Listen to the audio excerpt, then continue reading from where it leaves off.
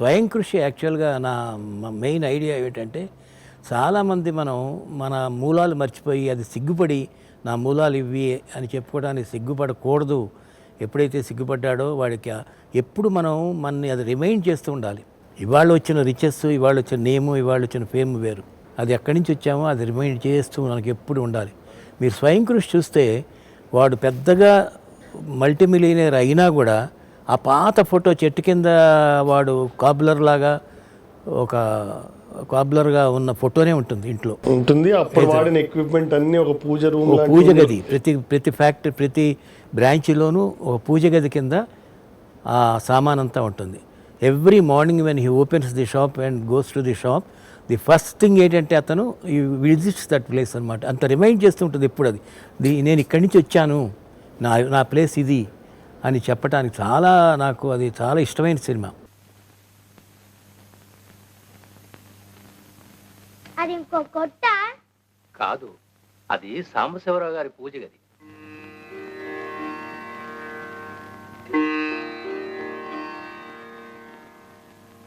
చాలా అద్భుతం సార్. ఎందుకంటే ప్రతిరోజు ఆ సీన్ గుర్తెచ్చుకుని నేను ఇక్కడి నుంచి మొదలు పెట్టే నా జీవితం ఇది ఇవాళ ఈ స్థితిలో ఉన్నానంటే ఇది నా స్టార్టింగ్ ప్లేస్ అని చెప్పుకునేటువంటి కథ. దాని మీద బేస్ చేసుకుంటూ మామూలుగా ఒక చెట్టు కిందో, రోడ్డు మీదో, పేవ్మెంట్ మీదో తన యొక్క చెప్పుల దుకాణం పెట్టుకుని దాంట్లోనే వాడు స్వయంగా అప్పుడు ఆ రోజుల్లో హిందీ పాఠాలు అవి నేర్పేవాళ్ళు. రేడియోలో, ఆల్ ఇండియా రేడియోలో హిందీ పాఠం నేర్పేవాళ్ళు, సంగీతం నేర్పేవాళ్ళు, చిన్నగా అవన్నీ ఉండేవి. సో అలా తను ఇంకో భాష నేర్చుకుంటూ అలాగా పైకి వచ్చిన వాడు ఈ పాత్ర.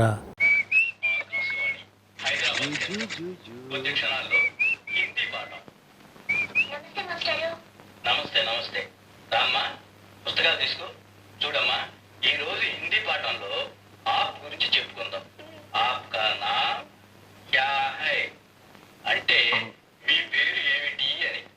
ఆప్కా నామ్ క్యా హై అంటే మీ పేరు ఏమిటి అన్నమాట చిన్న అని చెప్పడం కోసం అన్ని పాత్రలు చాలా సహజమైన పాత్రలు అవి. ఇప్పుడు మామూలుగా మనం టెంపుల్స్ వెళ్తే మన షూస్ అవి పెడితే, చెప్పులు అవి పెడితే టోకెన్ ఇస్తారు, ఒక బిల్డ్ ఇస్తుంది, అట్ట బిల్డ్ ఉంటుంది.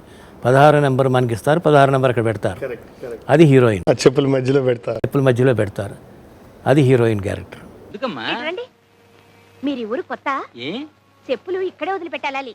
అలాగా, జాగ్రత్త అమ్మా, కొత్తవి.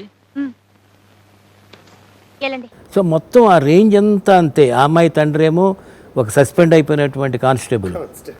ఈ వయసులో ఈత పనికిరాదు, వెళ్ళండి. ఏంటండి అబద్ధం చెప్పకు. నేను చెరువుకు స్నానానికి వెళ్తుంటే నువ్వు నా వెంటపడి ఈత నేర్పు కనకలింగం గారు, ఈత నేర్పు కనకలింగం. నా మొక్క చూసి చెప్పు. అది కాదమ్మా, కనక నేర్పు ఈతలింగం గారు, కనక నేర్పు ఈతలింగం గారు అని చంటి పిల్ల. రా, మళ్ళీ ఏం గొడవ పెట్టాడండి? గొడవేమిటమ్మా, ఉద్యోగంలో ఉన్నన్నాళ్ళు తాగి తందనాలాడి సస్పెండ్ చేయించుకున్నాడా, ఇప్పుడేమో ఈ డ్రెస్ అడ్డం పెట్టుకుని అడ్డమైన వెధవ పనులు చేస్తున్నాడు. ఆ బట్టలు లగి హెడ్ గారు, ఇవి తీసుకెళ్ళిపోండి. ఈ పాడు తాగుడన్నా తగ్గుతుంది. ఆడదానికి తాళిబొట్టు, పోలీసుడికి కాకి డ్రెస్ ఒకటి. అవి లేకపోతే ఆడది బతకలేదు, ఇవి లేకపోతే పోలీసుడు బతకలేడు. ఇచ్చేటి వీర్రాజు గారు, నాతో నా కట్లతో పాటు కాలి బూడిదైపోవలసిందేనమ్మా, బూడిదైపోవాలి. జాగ్రత్తగా చూసుకోమ్మా, ఇన్స్పెక్టర్ గారు చూశారంటే జైలే. బూడిదైపోవలసిందేనమ్మా. సో వరుసగా అట్లా తీసుకొచ్చిన తర్వాత తన యొక్క సిస్టర్స్ కొడుకుని వాడు పెంచుకుంటూ పోవటం, వాడికి ఈ డిసిప్లిన్ అంతా, కుర్రాడు ఎంత ఎదిగినా కూడా జాగ్రత్తగా ఉండాలి, హంబుల్గా ఉండాలి. ఇప్పుడు కార్పొరేషన్ స్కూల్ ఉందనుకోండి, వాడు బిర్లా కొడుకైనా అడ్రస్ వేసుకోవాల్సిందే కార్పొరేషన్ స్కూల్లో. మామూలు రిక్షా కొడుకు కూడా అదే వేసుకోవాలి. ఎందుకంటే వాళ్ళలో ఆ డిఫరెన్సెస్ ఉండకుండా ఉండటం కోసం అని చెప్పి. స్కూలుకు టైం అవుతుంటే ఏమిట్రా కోచ్ చేస్తూ పద, బస్సు వెళ్ళిపోతుంది. బస్సు ఎక్కకపోతే నా వీపు ఎక్కుతావా? ఇది ఎక్కడి కూడా వరా నాయన. ఇంట్లో కారంగా బస్సు ఎందుకు ఎక్కాలి? మా నాన్న కార్లో తిరగట్లా? రే, మీ నాన్నంత అయ్యాక కార్యం కర్మరా, విమానాలు ఎక్కుదురా. నా మాట వినరా బాబు. ఏంటి మామగారు, రోడ్డు మీద ఆటలో పాడలేదలుడు. చిన్న బస్సులో వాళ్ళ పక్కన వీళ్ళ పక్కన కూర్చుని స్కూల్కి వెళ్ళాలంటే నామోషిగా ఉందట, సిగ్గుపడుతున్నాడు. చూడండి మామగారు, స్కూళ్ళలో పిల్లలకు యూనిఫామ్ అంటూ ఎందుకు పెట్టారో తెలుసా మీకు? ఉన్నవాడు లేనివాడు అనే హెచ్చుతగ్గులు పిల్లల మనసులో కలగకుండా ఉండటం కోసం. ఎరా చిన్న, నీకు బస్సులో వెళ్ళడానికి నామోషిగా ఉందా? అవును.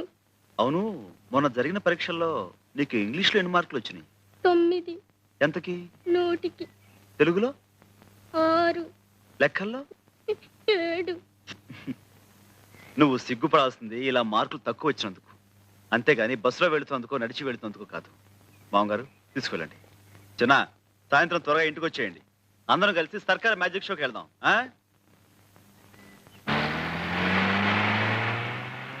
అది అట్లా, అది దట్ ఈస్ ది ప్రియాంబుల్, స్వయం కృషికి ప్రియాంబుల్. అది మన రూట్స్ మర్చిపోకూడదని. ఈ కథ అనుకున్న తర్వాత చిరంజీవి గారిని అనుకున్నారా? లేదు లేదు, చిరంజీవి మనసులో పెట్టుకునే చేసింది. Okay okay. చిరంజీవి గారి క్యారెక్టర్ ఒక రకమైన ఆనెస్టీ, కష్టపడడం, మూలాన్ని మర్చిపోకూడదు. ఇలా అయితే గంగ క్యారెక్టర్ అసలు యాక్చువల్గా చాలా షేడ్స్ ఉన్న క్యారెక్టర్ అండి. బేసికలీ చాలా చాలా ఎన్నో రకాల ఎమోషన్స్.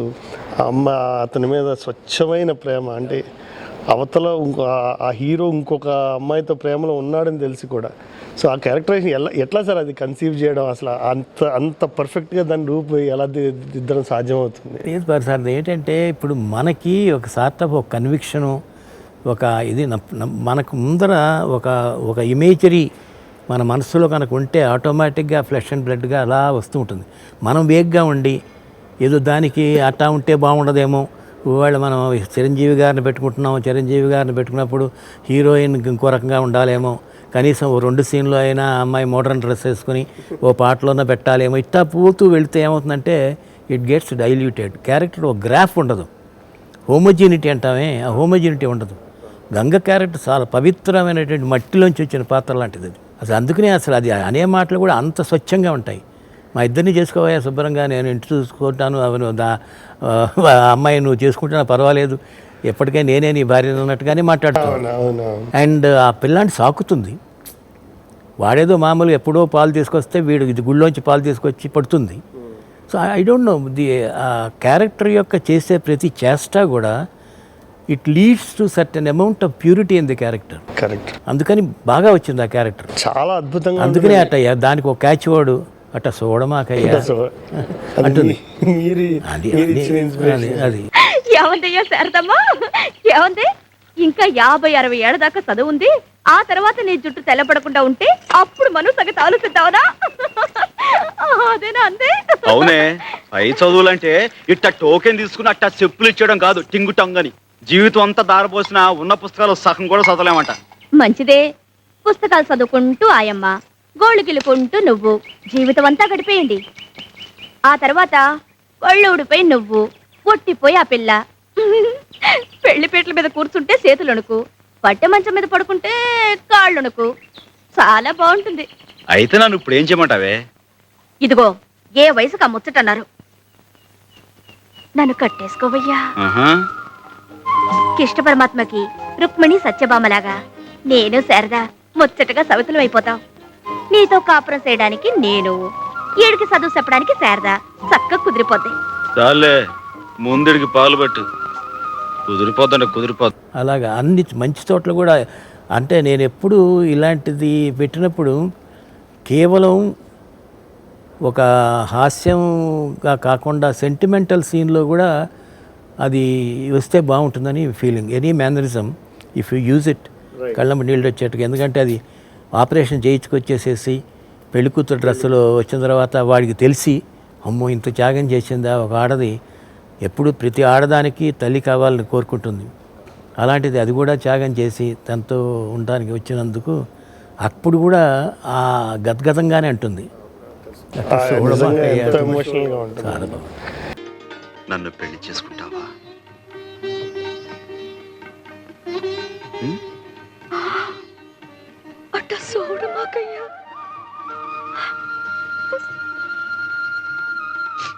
అలాగే అమ్మాయి ప్రేమ కూడా ఎంత స్వచ్ఛమైందంటే, ఆ శారద పాత్ర వచ్చి అతని బాయ్ ఫ్రెండ్ పరిచయం చేసినట్టు ఆల్మోస్ట్ కొట్టడానికి అన్నట్టుగా లేస్తుంది. Because she knows how much of వాడి మనసులో ఎంత అమ్మాయి గురించి దాచుకున్నాడో, ఎంత పెంచుకున్నాడో ప్రేమని కానీ కంప్లీట్గా తెలిసిన క్యారెక్టర్ కాబట్టి అక్కడ అసలు మంచి పనే జరిగిందిలే, ఇప్పుడు నాకు ఫీల్డ్ క్లియర్ అయిపోయింది అలా ఉంటుంది. హాయిగా ఉంది, ఇప్పుడు నాకు అడ్డం లేవు అమ్మయ్య అనుకోదు. అమ్మ ఇంత న్యాయం చేసిందా, ఇంత మోసం చేసిందా అని చెప్పబోతుంది, ఆపబోతుంది. ఆ సిచ్యుయేషన్ కూడా చాలా పొయిటిక్ సిచ్యుయేషన్ అది. అవునండి. నేను అక్కడ హరికథ అక్కడ బుర్రా సుబ్రహ్మణ్య శాస్త్రి గారి చేత నేను సెట్కి ఏదో ఇంకో షూటింగ్కి నేను ఉంటే ఆయన ఊళ్ళో ఒక ప్రోగ్రామ్కి వచ్చారు వాణిమహల్కి అక్కడికి. అప్పుడు నాకు ఈ దప్పుకు ఆయన చూడంగానే ఈ ఐడియా వచ్చి సెట్ మీద రాయించేసాను పద్యం పడతారు ఆయన కవి కూడా. భలే అరుంధతి లింక్ చేసి అది యాక్చువల్గా ఇప్పుడున్న చిరంజీవి పరిస్థితి ఏమిటి ఈ సంగతి తెలుసుకున్న తర్వాత సుశ్రామిక నామకున్ పిలిచి శిష్యుడైన సుశ్రామికుడిని పిలిచి సారసలోచని ఆశ్రమాంతర శ్రీమణి బాలికామణిని జీరి మహత్పరిపూర్ణ ధర్మ సుశ్రీమతి జేయు భారమిడి చెంగట నిల్పెనరుంధతిన్ కృప. ఆ ప్రకారంగా అచ్చంగా నీ కథ లాంటిదేంటా? నువ్వు శారద బాధ్యత తీసుకుని చదివించడంలే, అలాగే అరుంధతి బాధ్యత సుశ్రామికుడు తీసుకున్నాడన్నమాట. సుమలత గంధపూర్ణ పరిశోభనమౌనటులు తాంబాయి లోపల ఉన్నాడా గంగా? అవును, చూసి విప్పేయండి. చెలువొందే పొడిమిను అరుంధతి యవ్వనం మొగ్గతొడిగి వికసించింది. ఆమెను చూచిన సుశ్రామికుడు, ఈ మదవతి నేనెప్రోదినిడి మలిచిన తీవియా పూలు పూయగా. అనుకోకుండా వచ్చేస్తా. భాస్కర్, తాంబాయి అని చెప్పానే వీరే. నమస్కారం అండి. ఈయన నాతో పాటు కాలేజీలో చదువుకున్నారు. కానీ అతని ప్రేమ సంగతి తెలియని అరుంధతి తాను మనసిచ్చిన వశిష్ఠుణ్ణి వెంటనిడుకుని తమ వివాహానికి అనుమతి కోరడం కోసం సుశ్రాముకుని వద్దకు వచ్చింది. అవునండి, ఈ విషయం మీతో చెప్పడానికి శారద సిగ్గుపడుతోంది. మేమిద్దరం ప్రేమించుకున్నాం, మీ అనుమతితో పెళ్లి చేసుకోవాలని నిర్ణయించుకున్నాం. అతడు చంద్రుడు, చంద్రిక ఆమెయనగా, ఆమె రససిద్ధి భావము అతడుగా. చాలా అద్భుతమైనటువంటి సీన్. ఒక చెప్పకుండా కొన్ని అది ఎట్లా వస్తాయో నాకు తెలియదు, కానీ అది నిజంగా ఇప్పుడు ఇవాళ 30-40 ఏళ్ళు అయిపోయిన తర్వాత సినిమా ఇప్పుడు చూసుకుంటుంటే అంత ఆనందంగా ఉంటుంది. ఎక్సలెంట్ సీన్ అది. అది ఎంత పోయిటరీ లాగానే చెప్పుకుంటూ వచ్చాం. అది ఎలా స్వాలో చేశాడు దాన్ని, గరళాన్ని ఎలా స్వాలో చేశాడు. అప్పుడు అతని మనస్థితి ఎలా ఉన్నదంటే, గంగ ఉప్పొంగి తలమునుక చంగలిల్చే, భయద ప్రళయాగ్ని నిలువెల్ల ప్రజ్వలిల్చే, శ్వేల కీలాలకము గొంతు చేరి మిల్చే, స్థాణువై నిల్చే. ఒక కొంత సమయమునకు గుండె పగులదు, ప్రాణము కునికి చనదు, తెప్పరిల్లినాడు చిరునవ్వు గుప్పినాడు. అసలు ఆ సీన్ కూడా చాలా ముందర పక్క కూడా అతను సిటీకి అమ్మాయికి వెళ్ళటానికి చూడటానికి వెళ్ళినప్పుడు కానీ సిటీ బస్సులో ఎక్కినప్పుడు ఇదేదో పొట్లం ఇచ్చి ఇవి వచ్చేటప్పుడు తీసుకురా అని చెప్పడం. ఏమిటిదంటే నీ అమ్మాయి చెబుతుందిలే నువ్వు పిప్పకి ఇప్పుడు అని చెప్పడం, వీడు ఇంక్విజిటివ్గా పొట్లం ఇప్పటం, అందుట్లో బ్రావంటం, పక్క వాళ్ళతో చూడటం, ఇవన్నీ సత్య న్యాచురల్గా మన పల్లెటూళ్ళ నుంచి మనం తెరనాళ్లకు ఎప్పుడో వెళుతున్నప్పుడు సిటీకి వెళ్ళినప్పుడు రిబ్బన్ కొనుక్కురమ్మని, పౌడర్ కొనుక్కురమ్మని, అలాంటి పాత్రలాగా వచ్చింది అది. ఎస్పెషల్లీ మనం ఆ హరికథ సీన్, ఈ అబ్బాయిని పరిచయం చేసే సీన్, ఆ రెండు సింబాలిక్గా చూస్తే that's the actually quality of great director. అంటే అసలు ఒక ఆడియన్స్కి మాత్రమే అర్థం అవుతూ ఉంటుంది ఆ symbolic representation. Above the head వెళ్ళదు, మళ్ళీ వెళ్ళదండి. అది ఏదో ఎక్కడో అబ్స్ట్రాక్ట్గా ఉంది, దానికి నిఘంటువు కావాలి, దాన్ని తెలుసుకోవటానికి అని ఉండదు. Very simple, easily explicable. అంటే అందరికీ అర్థమయ్యే రీతిలోనే ఉంటుంది, కానీ అర్థం కాని రీతిలో వెళ్ళదు. అండ్ అక్కడ గ్రేట్నెస్ ఏంటి సార్, ఇప్పుడు ఆ సీన్కి అలాంటి పురాణానికి సంబంధించిన ఒక సంఘటన ఉందని ఆడియన్స్ అన్వయించుకోవటం. రెండు ఉభయకుశలోపరిలాగా రెండు కలిసి వచ్చినాయి. తర్వాత అతను మనస్సులో ఉన్న మాట కూడా ఆ ఫోటోతో మాట్లాడుతూ ఉంటాడు, సుమలత ఫోటోతో. వాడు అంతా అయిపోయిన తర్వాత అవి తెచ్చావు, నువ్వు అవన్నీ తెచ్చావు కదా, ఇవి తెచ్చావు కదా, ఇవి తెచ్చావు కదా, అది కొన్నావు కదా, ఇది కొన్నావు కదా అంటే ఎంత సింపుల్ టన్నో అతను. కొన్నాను కానీ ఇంకో జత కొనాలి అది అట్టా చెప్పడం అంత ఓపెన్గా. ఆ ఎండ్ డైలాగ్ వచ్చేటప్పటికీ ఇంకా ఎంతవరకు చదువుకుంటాను నేను అని అన్న తర్వాత అసలు విషయం బయటపెడుతుంది, ఇంకా చదువుకోవాలి నాకు బిఏబిఎల్ అని. అంటే ఇంకో 6 నెలల్లో చదువు పూర్తయిపోతుంది అన్నమాట, అవునా? అవును బావా. ఆ తర్వాత ఏం చేస్తావు? ఏం చేయమంటావు? నేనేం చేయమంటే అది చేస్తావా? ఎందుకు చేయను? నువ్వు నా గురించి ఇంత చేస్తుంటే. నేనేం చేశాను? నాకు తెలియదు అనుకున్నావా? మన పెళ్లికి అన్ని ఏర్పాట్లు చేలా. మధుపర్కాలు కొన్నాం, ఉమ్, మంగళసూత్రాలు కొన్నాం, ఉమ్. గాజులు చేయించాం. ఒకటే చేయించాను, రెండోది తొందరగానే చేయించేస్తాను. పెళ్లికి కావాల్సిన డబ్బంతా దాచావు. ఉమ్. అన్నీ రెడీగా ఉన్నా నువ్వు అనాలిగా. అనకుండా ఎన్నేళ్లని ఇలాగే చదువుకుంటూ కూర్చుంటాను. నాకు పెళ్లి చేసుకుని ఓ ఇంటిదాన్ని కావాలని ఉండదా? నేనేదో తొందరపడుతున్నాను కాదు, నిజం. నువ్వు బాగా ఆలోచించుకో. 6 నెలల్లో నీ చదువు పూర్తయిపోతుందిగా. అప్పుడే ఎక్కడవుతుంది? ఈ కాలేజీలో అయిపోతుంది అంతే. అంటే ఇంకా చదవాలని ఉందా? డిగ్రీ కాగానే లా చదువుకోవాలనుంది. ఆహా. అంటే లీడర్యేగా, ఆ, దాందే ఉంది, తప్పకుండా చదువు. కానీ ఆ సీన్ ఒకటండి, ఆ అబ్బాయి వచ్చి ఉల్టా అప్పటి వరకు యాక్చువల్గా సాంబాయికి ఆ అమ్మాయి మీద అది ఉందని కూడా ఫోటోతో మాట్లాడి చెప్పే వరకు ఆడియన్స్ కూడా రివీల్ అవ్వదు సార్. ఆ థాట్ ఒకటి చాలా అద్భుతమైన థాట్. అందుట్లో చాలా కష్టమైనది. స్వయం కృషి గురించి మాట్లాడుతున్నాం కాబట్టి అతి కష్టమైన సీను ఇప్పటికి కూడా నేను తలుచుకున్న కొద్దీ అది ఆల్మోస్ట్ ఆ అబ్బాయిని పెళ్లి కొడుకుని చేస్తుందే. అది చాలా అసలు ఒక పాటలోనే మొత్తం సిన్ని సిన్ని కోరికలడగా శ్రీనివాసుడు నన్నడగా అన్నుల మిన్నై అలుమేలు మంగ ఏదో అతని సన్నిధి నేనుండా సిన్ని సిన్ని కోరికలడగా శ్రీనివాసుడు నన్నడగా